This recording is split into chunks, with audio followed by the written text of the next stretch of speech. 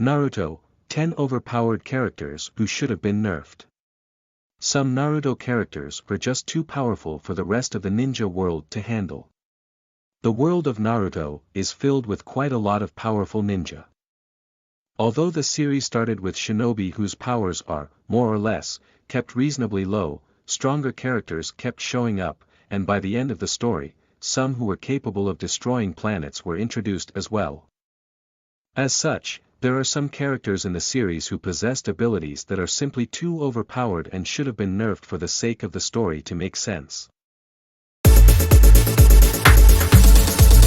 10. Hashirama Senju had a unique Kekkai Genkai.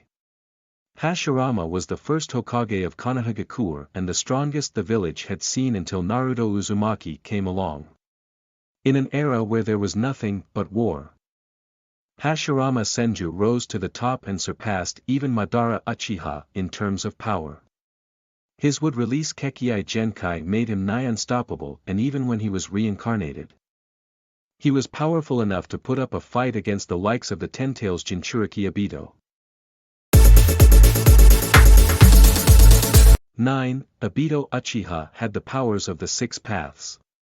Obito Uchiha was trained by Madara to succeed him so he could see his plan through, and thanks to his latent potential, he became incredibly powerful over the years. During the Fourth Great Ninja War, Obito even became the Jinchuriki of the Ten-Tails, putting him beyond the reach of most Naruto characters. His strength was such that there was no way to beat him at the time, other than to hit him where it hurt, which was his conflicted emotions. Obito should certainly have been nerfed. 8. Might Guy almost killed Six Paths Madara Uchiha. With the power of the 8 inner gates unleashed, Might Guy stepped up to fight the strongest shinobi at the time, Madara Uchiha. And surprisingly, completely overwhelmed him in battle.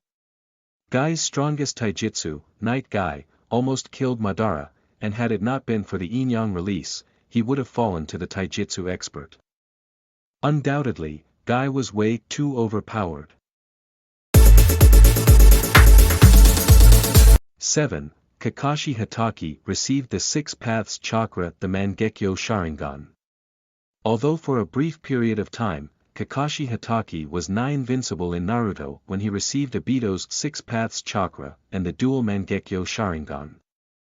With the power of Kamui, Kakashi was able to make himself completely intangible. What's more, thanks to the Six Paths Chakra, he could amplify the power of his techniques to a point where he severely injured Kagaya Otsutsuki with it. Hardly any character in the series stood a chance against him during this short time.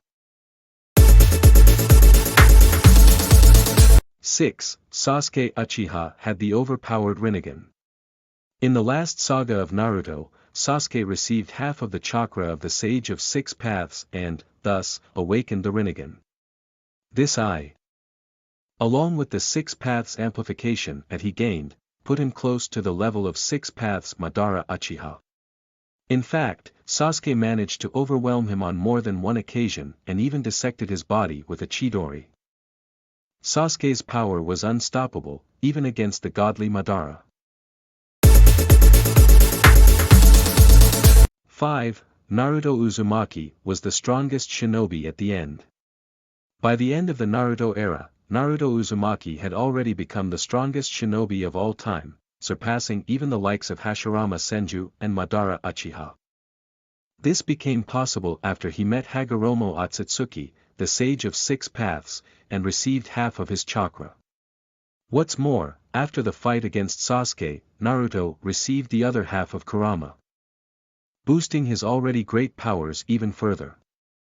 For any villain to stand a chance, Naruto needed to be nerfed. 4. Madara Uchiha had the power of the Sage of Six Paths. Known to be one of the biggest legends in the world of Naruto, Madara Uchiha was the rival of Hashirama and the only shinobi who could hold his own against him.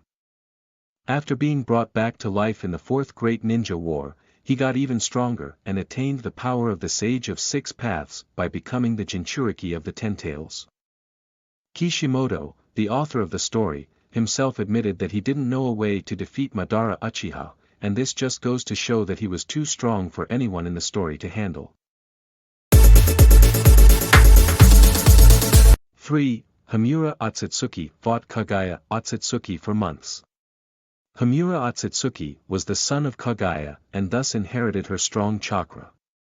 Unlike his brother, he didn't have the Rinnegan but instead had the power of the Byakugan and the Tenseigan at his disposal.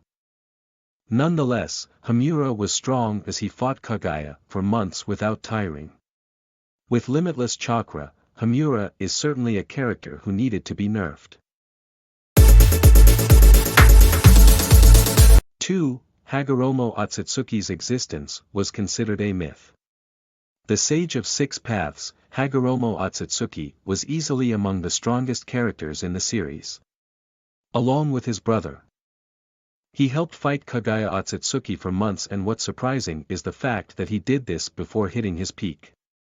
After the fight, Hagoromo became the Jinchuriki of the Ten Tails and got even stronger. His powers were such that he could create things out of nothing, breathe life into them with creation of all things, and was truly a godly being. It goes without saying that Hagoromo was too strong to be involved in the story directly. 1. Kagaya Otsutsuki was the mightiest of all characters. The progenitor of chakra, Kagaya Otsutsuki was the mother of Hagoromo and Hamura, and her strength surpassed even theirs. Being an Otsutsuki, Kagaya was strong enough to consume the life energy of planets. In her fight against Team 7 and Obito, she proved how big of a threat she truly was, and without some plot convenience, defeating her would have been impossible for the heroes. Kagaya was too strong for Naruto and needed to be nerfed for the story to progress.